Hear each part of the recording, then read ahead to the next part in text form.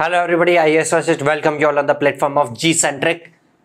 हम displacement current discuss करने वाले हैं इस लेक्चर में। आपको याद आ रहा होगा पिछले लेक्चर में जो हमने टाइम वेरिंग फील्ड्स के लिए इक्वेशंस, जो मैक्सवेल इक्वेशंस थी, उनको मॉडिफाई किया था। तो एक del cross H equal to J plus J D वाली टर्म जो आई थी, जिसका value del D by del T हमने डेराइव किया था, समझा था, उसको हम डिस्प्लेसमेंट करंट डेंसिटी बोलते थे। वो जो करंट डेंसिटी है, करंट डेंसिटी मतलब करंट पर यूनिट एरिया, वो तो डिस्प्लेसमेंट करंट डेंसिटी है। अगर टोटल एरिया में से टोटल करंट की बात करेंगे तो डिस्प्लेसमेंट करंट होगा। लेकिन क्वेश्चन अब ये राइज होता है कि हमें नॉलेज ही नहीं है कि डिस्प्लेसमेंट करंट होता क्या है। तो हमने कंडक्शन करंट और कन्वेक्शन करंट तो समझ ही लिया था, डिस्प्लेसमेंट करंट को आज समझ लेता है। ठीक है, जैसा कि मैंने पहले भी आपको विश्वास दिलाया था कि आगे जाके हम displacement current time varying fields में डिस्कस करेंगे और टाइम वेरिंग फील्ड्स में ही डिस्प्लेसमेंट करंट डेंसिटी इंट्रोड्यूस हो गई है। तो आज वो टाइम आ गया है जब हम इसको डिस्कस करें। डिस्प्लेसमेंट करंट क्या होगी? डिस्प्लेसमेंट करंट बोले तो charge flow per unit time, तो चार्ज फ्लो ही होगा, लेकिन ये चार्ज फ्लो होगा in terms of displacement of charge. Displacement होने का मतलब होगा अपने प्लेस से चेंज हो जाना, डिस्प्लेस हो जाना। अब चार्ज फ्लो में भी तो ऐसा ही हो रहा होता है, वो अपने प्लेस से मतलब एटम से बाहर निकल के भागने लग जाता है। यहाँ पर ऐसा नहीं होगा, बस अपने प्लेस से चेंज होगा, डिस्प्लेस होगा, लेकिन फ्री नहीं होगा। मतलब ये करंट जो है नॉट मतलब है does not occur free flow of charge. Charge का फ्री फ्लो नहीं होगा। चार्ज डिस्प्लेस तो होगा लेकिन फ्रीली फ्लो नहीं होगा। अच्छा, अब ये डिस्प्लेसमेंट वर्ड आपको याद आ रहा है, पहले कभी हमने डिस्कस किया हो कि चार्ज अपने प्लेस से डिस्प्लेस हो गया है, कोई डिस्प्लेसमेंट वेक्टर ऐसा कुछ डिस्कस किया आपने, याद आ रहा हो किसी को? याद आ रहा है आपको? अगर कंडक्टर की वजह मटेरियल डाइलेक्ट्रिक हो तो डाइलेक्ट्रिक मटेरियल के एटम को जब हम प्लेस करेंगे इलेक्ट्रिक फील्ड में तो फिर ऐसा होगा कि उसके इलेक्ट्रॉन्स जो होंगे वो डिस्प्लेस होकर के एक तरफ आ जाएंगे, न्यूक्लियस एक तरफ चला जाएगा, आप कहोगे डिस्प्लेस हो गया।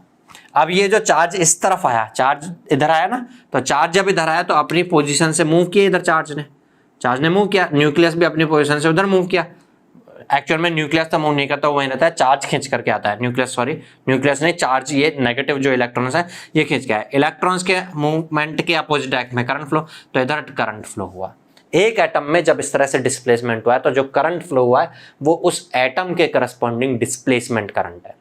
अगर हम पूरे मेटेरियल स्पेस की बात करेंगे तो उसमें बहुत सारे ऐसे एटम्स होंगे जिनमें अगर आप इलेक्ट्रिक फील्ड अप्लाई करो तो उनके चार्ज में पोलराइजेशन होना बोलते हैं ना, इसको पोलराइजेशन हो रहा होगा तो डिस्प्लेसमेंट हो रहे होंगे। तो वो जब डिस्प्लेस हो रहे होंगे तो उनका फ्लो हो रहा होगा, तो उसके अपोजिट डायरेक्शन में, इलेक्ट्रॉन के फ्लो के अपोजिट डायरेक्शन में आपका करंट फ्लो होगा। आप ध्यान से समझिएगा, ये करंट किस डायरेक्शन में फ्लो होगा? जिस डायरेक्शन में इलेक्ट्रिक फील्ड अप्लाई हो रहा है। इलेक्ट्रिक फील्ड अप्लाई होगा, उसके अपोजिट में इलेक्ट्रॉन का डिस्प्लेसमेंट होगा, इलेक्ट्रॉन के डिस्प्लेसमेंट की मतलब इलेक्ट्रॉन के फ्लो की अपोजिट डायरेक्शन में करंट फ्लो होगा। और इलेक्ट्रिक फील्ड कौन सी डायरेक्शन में होता है? High potential to low potential, means high potential से लो पोटेंशियल की डायरेक्शन में करंट फ्लो होगा। आप इतना जानते होंगे, नेटवर्क थ्योरी में भी आप पढ़ते होंगे, करंट हमेशा हाई पोटेंशियल से लो पोटेंशियल की डायरेक्शन में फ्लो होता है। लेकिन जो नेटवर्क थ्योरी में आप करंट डिस्कस कर रहे होते हो वो करंट होता है कंडक्शन करंट। हम यहां पर समझ चुके हैं कि डिस्प्लेसमेंट करंट भी हाई पोटेंशियल से लो पोटेंशियल की डायरेक्शन में ही फ्लो होता है। समझ में आ गया ना? डिस्प्लेसमेंट करंट कौन सा है? डिस्प्लेसमेंट करंट है कि अगर मान लो मैंने ये एक नॉन कंडक्टिव मटेरियल लिया है, इस नॉन कंडक्टिव मटेरियल के एक्रॉस एक वोल्टेज सोर्स अप्लाई कर दिया है, तो आप बोलोगे ये कंडक्टर नहीं है, प्लास्टिक है, इंसुलेटर है। लेकिन इसमें अगर वोल्टेज की स्ट्रेंथ को बहुत ज्यादा बढ़ाया जाए तो इतना फोर्स इसका अप्लाई हो कि भाई प्लास्टिक है तो इसका मतलब ऐसा होगा ना कि इसके इसके आउटर मोस्ट ऑर्बिट के इलेक्ट्रॉन बहुत ज्यादा फोर्स के साथ बाउंड होंगे, तो उन पर पोटेंशियल इतना ज्यादा हो जाए कि उन पर जो फोर्स अप्लाई हो रहा है वो काफी ज्यादा हो, तो अपने प्लेस से डिस्प्लेस हो जाए। तो ऐसा होगा कि इलेक्ट्रॉन इधर आ जाएंगे, न्यूक्लियस इधर। ऐसा हर एटम के साथ हो रहा होगा। मैं इन इलेक्ट्रॉन्स को नेगेटिव चार्ज से मान लेता हूं, ऐसा कुछ हो जाएगा, ऐसा बहुत कुछ हो रहा होगा। तो सबके इलेक्ट्रॉन का फ्लो इधर, तो पॉजिटिव इलेक्ट्रॉन के फ्लो के अपोजिट डायरेक्शन में करंट, तो इन सब करंट को मिलजुल करके टोटल यहाँ पर कुछ करंट फ्लो हो रहा होगा। क्वेश्चन अब ये अराइज होता है कि मैंने ये वोल्टेज सोर्स अप्लाई किया, मैंने इनिशियली कोई वोल्टेज सोर्स अप्लाई नहीं था, ध्यान से समझना, इनिशियली कोई वोल्टेज सोर्स अप्लाई नहीं था, तो कुछ ऐसा केस था। मैंने ये स्विच ऑन किया टाइम t इक्वल टू 0 पर। जैसे ही स्विच ऑन करेंगे इन पे फोर्स, इलेक्ट्रिक फील्ड इस डायरेक्शन में होगा ना, हाई पोटेंशियल से लो पोटेंशियल, तो इन पर फोर्स अप्लाई होगा, तो ये न्यूक्लियस को छोड़ करके इलेक्ट्रॉन इस तरफ आ जाएंगे। डिस्प्लेसमेंट इधर हुआ है, करंट फ्लो इधर हुआ है, डिस्प्लेसमेंट करंट फ्लो हो रहा है इस तरीके से। ये जैसे अप्लाई किया वैसे झटके के साथ ऐसा आएंगे ना, झटके के साथ का मतलब माइक्रो सेकंड, नैनो सेकंड में ऐसा हो जाएगा। उसके बाद तो खेल खत्म। क्या उसके बाद कोई और चार्ज का डिस्प्लेसमेंट हो रहा होगा? सारे एटम्स एक साथ झटके के साथ ऐसे डिस्प्लेस हो चुके हैं ना, उनके पोलराइजेशन हो चुका होगा, तो उस टाइम पर ये करंट फ्लो, उसके बाद करंट जीरो हो गया। देखना यहाँ से सोर्स लगा हुआ है, डीसी है या एसी है? ये डीसी सोर्स है, खेल खत्म हो गया इसमें। डीसी सोर्स को जैसे आपने स्विच ऑन किया तब झटके के साथ थोड़ा सा करंट फ्लो हुआ है, डिस्प्लेसमेंट करंट। लेकिन अगर ये एसी सोर्स होता तो ऐसा होता, झटके के साथ 0 वोल्टेज से पॉजिटिव कुछ वोल्टेज आता। मतलब ऐसा होता ना, पहले पॉजिटिव साइकिल होती, पॉजिटिव वोल्टेज आता, इधर हाई पोटेंशियल इधर लो पोटेंशियल, डिस्प्लेसमेंट इस तरीके से हो रहा होता, करंट फ्लो इस तरफ हो रहा होता, डिस्प्लेसमेंट इधर हुआ है इलेक्ट्रॉन्स का, करंट फ्लो इधर हो रहा होगा। ठीक है, और ये बढ़ता गया मतलब पहले हल्का सा था, थोड़ी सी हल्के से दूर आए, थोड़ा बहुत, ज़्यादातर तो उधर रह गए, थोड़े से इधर आए, फिर बढ़ता गया तो इधर खिंचते गए, तो जैसे जैसे बढ़ता गया वैसे खिंचता गया है। फिर झटके के साथ जब पॉजिटिव साइकिल खत्म होगा, नेगेटिव साइकिल आए, तो फिर अब इधर हाई पोटेंशियल इधर लो पोटेंशियल होगा, इलेक्ट्रिक फील्ड इधर अप्लाई होगा, फोर्स जो है अप्लाई हो रहा होगा इलेक्ट्रिक फील्ड के अपोजिट डायरेक्शन में, इलेक्ट्रॉन्स पर इधर होगा, फिर ये इलेक्ट्रॉन भाग के इधर जाएंगे। लेकिन एकदम से नहीं, पहले तो थोड़ा सा फोर्स है तो हल्के से जाएंगे, फिर खींचेंगे उस तरफ। यहाँ पर खींच रहा है, इधर खींचा फिर उधर खींचा, इधर खींचा उधर खींचा, जब इधर खींचा तो करंट इधर उधर फ्लो हुआ, सॉरी इलेक्ट्रॉन के अपोजिट डायरेक्शन, जब उधर खींचे तो करंट इधर फ्लो हुआ, तो करंट पहले इधर फिर इधर, तो करंट भी साइनोसॉइडली चेंज हो रहा होगा ना इस तरीके से। तो यहाँ पर डिस्प्लेसमेंट करंट कंटिन्यूअसली फ्लो होगा जब एसी सोर्स लगा है, टाइम वेरिंग सोर्स लगा है। इससे पहले अगर डीसी सोर्स लगाया था तो जिस टाइम पे स्विच ऑन किया था केवल उस टाइम पर फ्लो करके, फिर यहाँ पर कोई करंट नहीं फ्लो हो रहा है, जीरो करंट फ्लो हो रहा है। इसलिए हम डिस्प्लेसमेंट करंट बोलते हैं कि डिस्प्लेसमेंट करंट पिक्चर में आता है कौन से सोर्सेज के लिए? एसी सोर्सेज के लिए, जिनकी फ्रीक्वेंसी है कुछ। अब अगर फ्रीक्वेंसी बहुत कम है, फ्रीक्वेंसी बहुत कम होने का मतलब होगा ऐसे बहुत देर में जाके पॉजिटिव साइकिल खत्म, फिर बहुत देर में जाके नेगेटिव साइकिल खत्म, मतलब ये धीरे धीरे पॉजिटिवली बढ़ रहा होगा। जब धीरे धीरे बढ़ रहा होगा तो धीरे धीरे डिस्प्लेसमेंट हो रहा होगा, तो नेग्लिज भाई चार्ज का उधर जाने से मतलब नहीं है, बल्कि चार्ज कितनी जल्दी उधर जा रहा है इससे मतलब है। जितनी जल्दी उधर जा रहा होगा इसका मतलब rate of flow of charge ज्यादा होगा।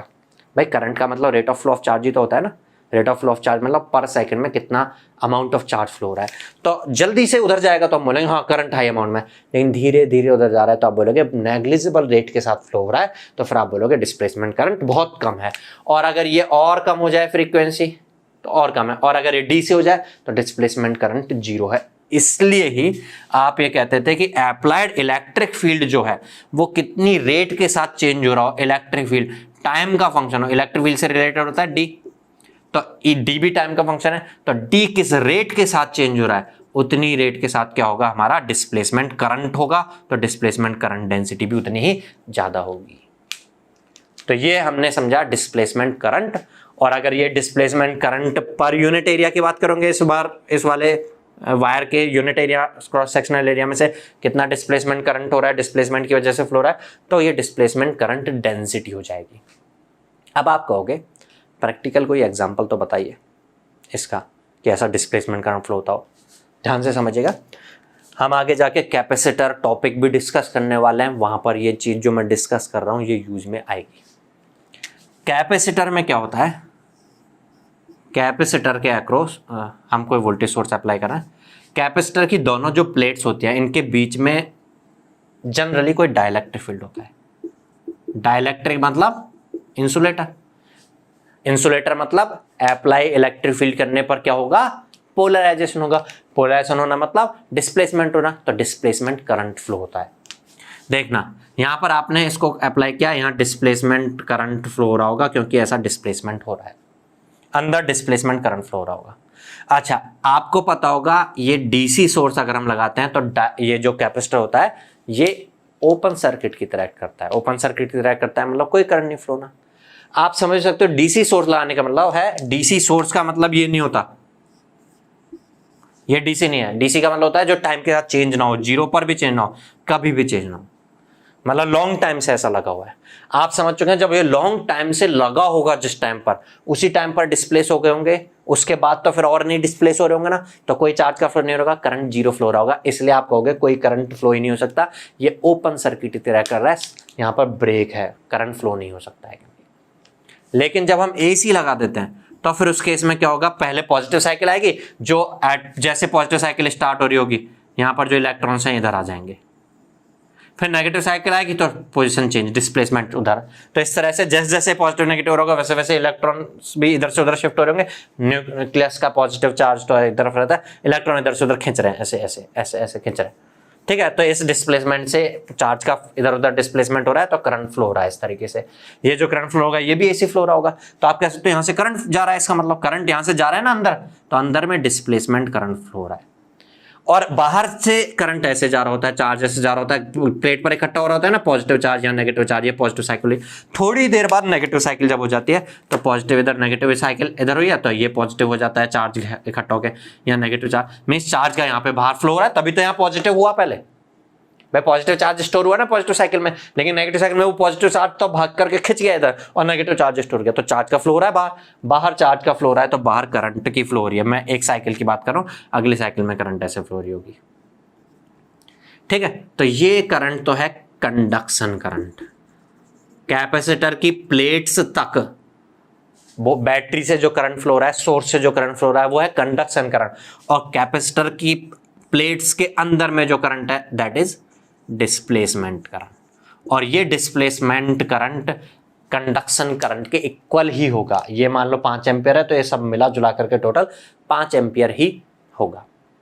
समझ में आती है बात? इसलिए हमें बाहर से तो ऐसे फील होगा ये 5 एम्पियर इधर है, 5 एम्पियर इधर, इधर 5 एम्पियर मीन्स पूरा, हालांकि ये डाइलेक्ट्रिक है, कहीं से शॉर्ट थोड़ी हो सकता है, बट फिर भी करंट तो पूरा फ्लो रहा है, इसलिए बाहर से आप कहोगे कि इसने शॉर्ट सर्किट की तरह बिहेवियर किया। यहाँ से जो करंट आया 5 एम्पियर, उस करंट को यहाँ निकाल दिया 5 एम्पियर, इसका मतलब शॉर्ट की तरह बिहेव कर रहा है। इसलिए हम बोलते हैं कि हाई फ्रीक्वेंसी सिग्नल्स के लिए या AC सिग्नल्स के लिए कैपेसिटर शॉर्ट सर्किट की तरह एक्ट करता है, लेकिन DC सिग्नल्स के लिए आप यहाँ पे कोई चार्ज के अंदर डिस्प्लेसमेंट होगा नहीं, करंट फ्लो होगा नहीं, तो वो ओपन सर्किट की तरह एक्ट कर रहा होगा।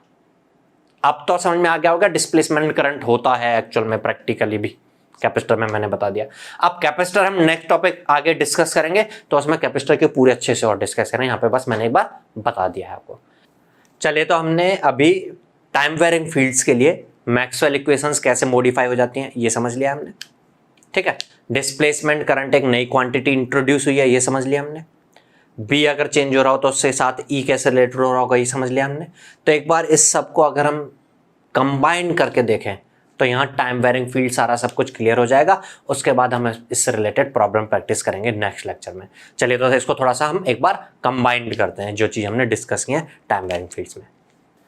चलिए, दोनों मैक्सवेल इक्वेशन फाइनली मॉडिफाई होकर के आई गई थी हमारे पास। स्टैटिक के लिए बस ये टाइम के फंक्शन नहीं होंगे तो 0 बन जाएंगे, बाकी यही बनेगा। ये आपको E और V के बीच में रिलेशनशिप याद आ ही रहा होगा, वेक्टर की फॉर्म में कहें तो ऐसा। और ये एक स्मॉल करंट एलिमेंट की वजह से किसी ऑब्जर्वेशन पॉइंट पर मैग्नेटिक फील्ड इंटेंसिटी बायट्स-सावर्थ लॉ से याद आ रहा होगा। आ रहा है यार? इधर ध्यान दीजिएगा, पिक्चर क्या है। पिक्चर ये है कि यहाँ पर एक वोल्टेज सोर्स है जो कि टाइम के साथ वेरी हो रहा है। AC सोर्स है ना, तो ये टाइम का फंक्शन है। इस वजह से यहाँ पर जो करंट फ्लो रहा है, मैंने अभी हाल फिलहाल इसकी डायरेक्शन ये मान लिया, मतलब मैं पॉजिटिव साइकिल लेके चल रहा हूँ, लेकिन नेगेटिव भी हो सकती है, ठीक है। तो पॉजिटिव या नेगेटिव साइकिल में मतलब टाइम के साथ सीधी सीधी बात है, ये भी वेरी हो रहा है, ये भी टाइम का फंक्शन है। अगर I टाइम का फंक्शन है तो H जो रिजल्टेंट आएगा, I अलग अलग टाइम पे कम ज्यादा हो रहा होगा, तो ऑब्जर्वेशन पॉइंट जो कि R डिस्टेंस पर है वहां पर H जो आएगा इस जगह पर, H इसकी वजह से जो आ रहा है DH, वो टाइम का फंक्शन है। और आप इस पूरी लेंथ के लिए आप उसका इंटीग्रेशन कर देके टोटल H फाइंड करेंगे ना, DH का इंटीग्रेशन करके, तो वो H भी यहाँ पर टाइम का फंक्शन आएगा। तो रिजल्ट क्या आया? रिजल्ट ये आया कि ऑब्जर्वेशन पॉइंट पर जो H आ रहा है वो टाइम का फंक्शन है। अगर H टाइम का फंक्शन है तो H से रिलेटेड होता है B, B equal to mu H याद आए। अगर H टाइम का फंक्शन है तो B भी टाइम का फंक्शन है, H टाइम का फंक्शन है तो B भी टाइम का फंक्शन है। अगर B टाइम का फंक्शन है, B टाइम का फंक्शन है तो इससे रिलेटेड हो गया E जो कि टाइम का फंक्शन है। ध्यान से समझना, टाइम वेरिंग V से E रिलेटेड था, और पिक्चर बनते बनते पिक्चर कहां पर पहुंच गई? V जो टाइम से के साथ वेरी था, मतलब जो E था, ई टाइम के साथ वेरी हो रहा होगा ना, यहाँ पर v के करस्पॉन्डिंग ई होगा, यहाँ पर वो टाइम के साथ वेरी था, तो आगे पिक्चर में नया इंट्रोड्यूस हुआ bt और फिर b टाइम के साथ वेरी हो रहा है, तो ई वापस ई से रिलेट हो गया है। पिक्चर में वही b और ई दोनों चीज आ गई एक साथ। अभी तक जब हम स्टैटिक फील्ड्स की बात करते थे तो b या तो b की बात कर रहे होते थे या e की बात कर रहे होते थे, मतलब या तो मैग्नेटिक फील्ड की बात कर रहे होते थे या इलेक्ट्रिक फील्ड की बात कर रहे होते थे। यहाँ पूरा सब कुछ आ गया।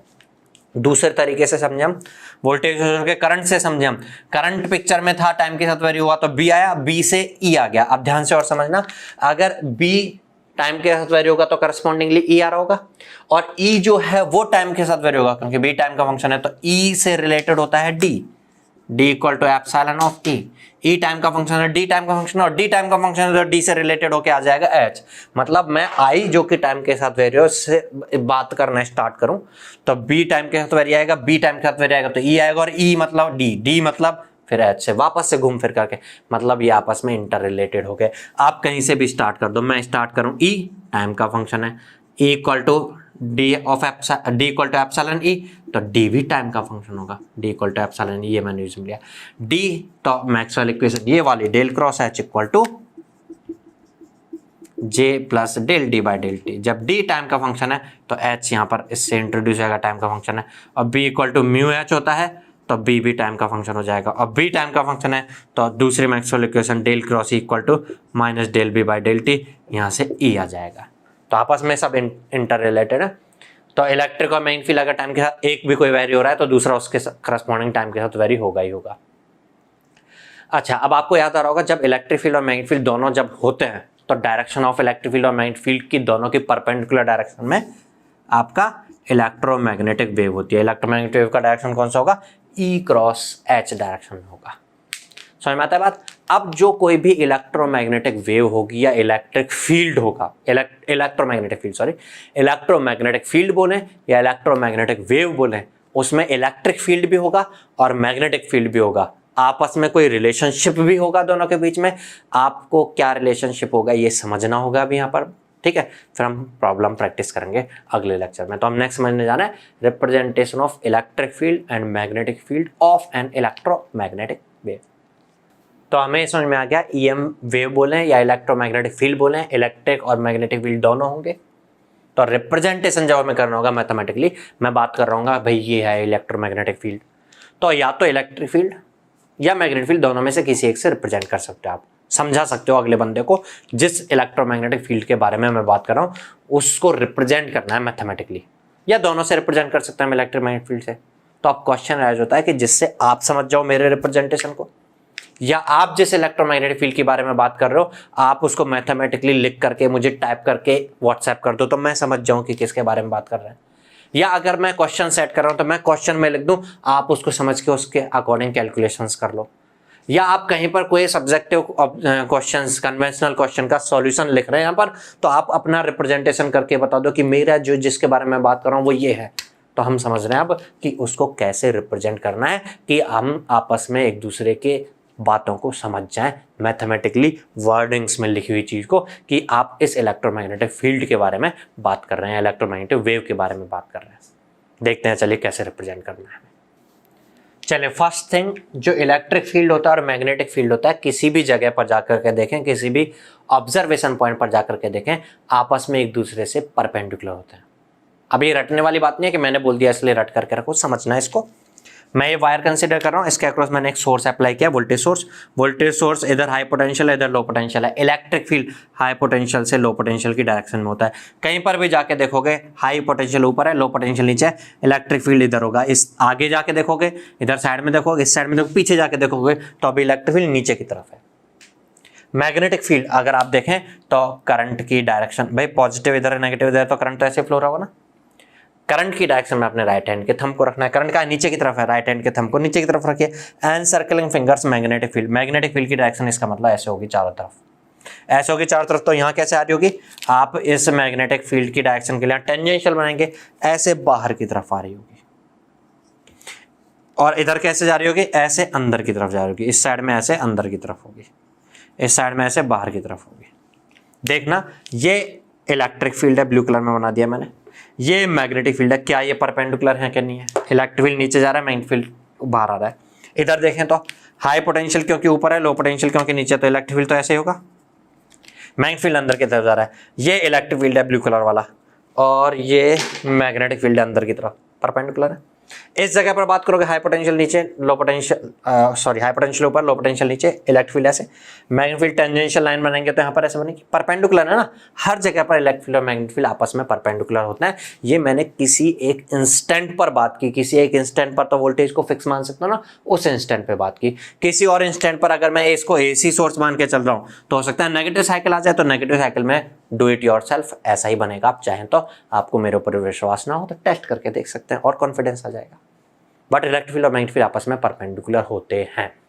अच्छा, अब जो ईसी वाले स्टूडेंट्स हैं उनको मैं बता दूं, हमारा एक अलग से टॉपिक है प्लेन वेव प्रोपेगेशन, उसमें बहुत अच्छे से हमें वेव्स को, इलेक्ट्रोमैग्नेटिक फील्ड को कैसे रिप्रेजेंट करना है वो मैं यहाँ पे कवर कर ले रहा हूँ। उसी का टॉपिक क्यों कवर कर रहा हूँ, अब आप इलेक्ट्रिकल वाले स्टूडेंट्स बोलेंगे, क्योंकि आपको इलेक्ट्रिकल वाले स्टूडेंट्स को गेट के अलावा और कोई एग्जाम्स आप अटेम्प्ट करेंगे तो इससे रिलेटेड बेसिक क्वेश्चंस आ जाते हैं, पूछ लेते हैं, इसलिए यहाँ पर हम कवर कर ले रहे हैं इलेक्ट्रोमैग्नेटिक फील्ड के का रिप्रेजेंटेशन। अच्छा, आप समझ में आया कि इलेक्ट्रिक फील्ड और मैग्नेटिक फील्ड परपेंडिकुलर होंगे, तो हम इलेक्ट्रिक फील्ड को ऐसे बना रहे हैं कभी, तो मैग्नेटिक फील्ड इसके परपेंडिकुलर ऐसे है। ये जब इलेक्ट्रिक फील्ड ऐसे है तो मैग्नेटिक फील्ड मैंने उस तरफ परपेंडिकुलर ले लिया है, ठीक है। इलेक्ट्रोमैग्नेटिक वेव की जो डायरेक्शन होती है वो होती है हमेशा ई वेक्टर और एच वेक्टर के क्रॉस प्रोडक्ट की डायरेक्शन में। यहाँ पर देखें ई क्रॉस एच, यहाँ पर देखें ई नीचे एच अंदर, ई क्रॉस एच। इलेक्ट्रोमैग्नेटिक वेव इस डायरेक्शन में, ई एम वेव का डायरेक्शन ये है, इस डायरेक्शन में जा रहा होगा। अब मैं इन डायरेक्शंस को ये मान लेता हूं कि ये है, मान लो x, ये है y, तो x क्रॉस y ये होगी मतलब z। अगर हमें इस वाले इलेक्ट्रोमैग्नेटिक फील्ड को, इस वाले इलेक्ट्रोमैग्नेटिक वेव को रिप्रेजेंट करना है तो या तो इलेक्ट्रिक फील्ड से या मैग्नेटिक फील्ड से किसी भी एक से रिप्रेजेंट अगर कर देंगे तो अगला समझदार बंदा समझ जाएगा। पर हमें तो समझ लें एक बार कैसे रिप्रेजेंट करना है। चलिए देखना, अगर हमें इलेक्ट्रिक फील्ड को रिप्रेजेंट करना है तो पहली बात, जिस इलेक्ट्रोमैग्नेटिक वेव के इलेक्ट्रिक फील्ड को आप रिप्रेजेंट कर रहे हो उसके इलेक्ट्रिक फील्ड की पीक वैल्यू कितनी तक जा सकती है, वो होगा इसका मैग्नीट्यूड ई नॉट। किसी इंस्टेंट पर इतना है, लेकिन किसी और इंस्टेंट पर कम भी हो सकता है, तो ये टाइम के साथ वेरी हो रहा होगा। अभी अगर मैं केवल ऐसा लिख के छोड़ दूं इसका मतलब हमेशा इतना फिक्स है ये मान के चलना, बट प्रैक्टिकली तो ये वेरी करेगा ना, प्रैक्टिकली वेरी करेगा, तो एक टाइम का फंक्शन होना चाहिए। तो मुझे टाइम का फंक्शन हो लिखना है। कैसा टाइम का फंक्शन होगा, ये साइन हो रहा होगा तो या कॉस हो रहा होगा, तो ये साइन लिख दे रहा हूं, मान लो मैं साइन। अच्छा, टाइम के साथ ये एक फ्रीक्वेंसी के साथ वेरी कर रहा होगा और इसकी फ्रीक्वेंसी इस वोल्टेज की फ्रीक्वेंसी के इक्वल होगी ना भाई। यहाँ पर जो इलेक्ट्रिक फील्ड डेवलप हो रहा है उतनी रेट के साथ पॉजिटिव साइकिल और नेगेटिव साइकिल चेंज कर रहा होगा जितनी रेट के साथ आपका ये वोल्टेज सोर्स की पॉजिटिव साइकिल और नेगेटिव साइकिल चेंज हो रही है। इसलिए आपका जो ये इलेक्ट्रिक फील्ड है इसकी भी फ्रीक्वेंसी, इसकी भी जो टाइम के साथ वेरिएशन की फ्रीक्वेंसी होगी वो सेम ऐसा होगी, ई नॉट साइन ओमेगा टी। लेकिन किसी इलेक्ट्रोमैग्नेटिक वेव के लिए ना केवल टाइम का फंक्शन होता है इलेक्ट्रिक फील्ड, बल्कि स्पेस कोऑर्डिनेट्स का भी फंक्शन होता है। आप स्पेस में भी आगे जाके देखोगे, इसी वाले स्टूडेंट्स इस लेक्चर को बिल्कुल नेग्लिजिबल मान के चलिएगा, आगे जाके हमें बहुत अच्छे से समझना है इसको। अभी मैं सीधी सीधी यूं ही बता दे रहा हूँ, ठीक है। तो एक्स वाई जेड का कोऑर्डिनेट्स का भी फंक्शन होना चाहिए, मतलब जिस डायरेक्शन में वेव प्रोपेगेट हो रही होगी यहाँ पर जितनी इलेक्ट्रिक फील्ड की स्ट्रेंथ है होगी आगे उतनी नहीं होगी। आप सीधे सीधे समझ सकते हैं। अच्छा, आपको पता होगा ना light is also electromagnetic wave, पता होगा ना, लाइट इज ईएम वेव, पढ़ा होगा 12th क्लास में। तो ये जो इलेक्ट्रोमैग्नेटिक वेव है, लाइट आपका लट्टू जल रहा होता है, उससे आप आगे आते जाते हो, लाइट की इंटेंसिटी सेम रहती है क्या, 2 मीटर के दूर, फिर 5 मीटर दूर, 100 मीटर दूर नहीं रहती ना, कम होती जाती ना। अगर ऐसा होता सेम रहती तो पूरे गांव में ऊपर एक लट्टू जला देते, पूरा गांव रोशन हो जाता, नहीं होता ना। डिस्टेंस के साथ चेंज होता जाता है। जैसे लाइट की इंटेंसिटी डिस्टेंस में आगे बढ़ने के साथ चेंज हो रही है, कम हो रही है, ऐसे ही जब इलेक्ट्रोमैग्नेटिक वेव आगे बढ़ रही होगी, जेड डायरेक्शन में आगे बढ़ रही है ना, तो उसके इलेक्ट्रिक फील्ड और मैग्नेटिक फील्ड की इंटेंसिटी भी चेंज हो रही होगी। तो यहाँ पे साथ साथ में जेड डायरेक्शन में चेंज हो रही है ना, तो जेड के साथ किस रेट के साथ चेंज हो रहा है, किस कोफिशिएंट के साथ चेंज हो रही है, इस तरीके से बीटा जेड हम कह देते हैं, या बीटा की जगह यहाँ पे मैं गामा जेड, अभी जनरल मुझे इस तरह से कहना चाहिए, गामा जेड इस तरीके से रिप्रेजेंट, गामा जेड नहीं बीटा जेड ही कहेंगे। मैं अभी इसको एक काम कर रहा हूँ, अभी फाइनल रिजल्ट पे बाद में पहुंचूंगा, बीटा जेड। साथ में इलेक्ट्रिक फील्ड किस डायरेक्शन में है, वेक्टर ए एक्स कैप में है ना। हाँ, अब मैं साइन लगा दूं तो नेगेटिव साइकिल में अपना माइनस एक्स कैप बन जाएगा। भाई मैं ए एक्स कैप लिखता हूं तो साइन की पॉजिटिव साइकिल में तो पॉजिटिव रहेगा, नेगेटिव साइकिल जब साइन की आएगी तो साइन की वैल्यू नेगेटिव होगी, अपने आप से माइनस एक्स के में। ये इलेक्ट्रिक फील्ड का रिप्रेजेंटेशन हुआ। लेकिन कोई बंदा बोल सकता है साइन से क्यों, कॉस से क्यों नहीं कर सकते? कॉस से कर दो भाई। और कोई कह सकता है साइन और कॉस दोनों को ही रिप्रेजेंट करता है E raise to power J theta. ये होता है ना cos theta plus J sine theta. तो जनरलाइज करना है तो E raise to power J theta की फॉर्म में रिप्रेजेंट करो, तो E naught E raise to power J omega T minus beta Z. इन तीनों में से किसी भी फॉर्म में रिप्रेजेंट हो सकता है इलेक्ट्रिक फील्ड। समझ में आया बात है? ठीक है। अच्छा, अब अगर मैग्नेटिक फील्ड की बात करें तो मैग्नेटिक फील्ड का इंटेंसिटी जो होगा वो कुछ और होगा, एच नॉट।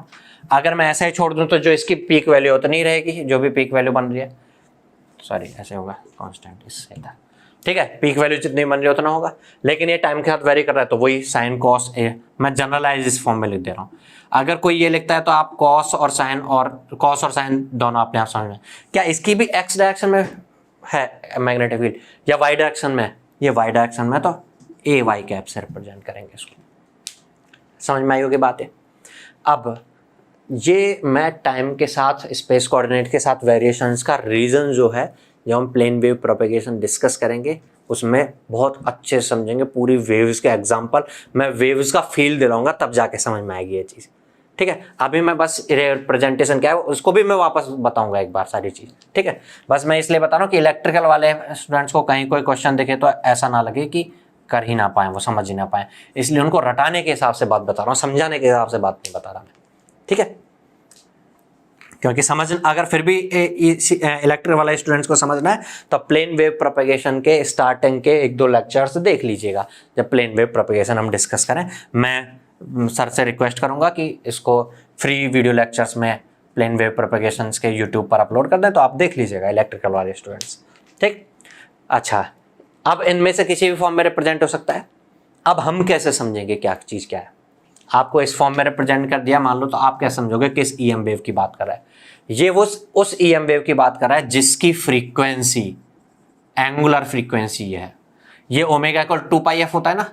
तो आप वैसे हर्ट्ज में फ्रीक्वेंसी फाइंड करना चाहो तो जो भी यहाँ पर डिवाइड जो भी होगा उसमें 2π डिवाइड कर दोगे। ये आपको बताया किस डायरेक्शन में वेव ट्रेवल कर रही है। जेड डायरेक्शन में ट्रेवल कर रही है तो माइनस ऑफ जेड करके होगा।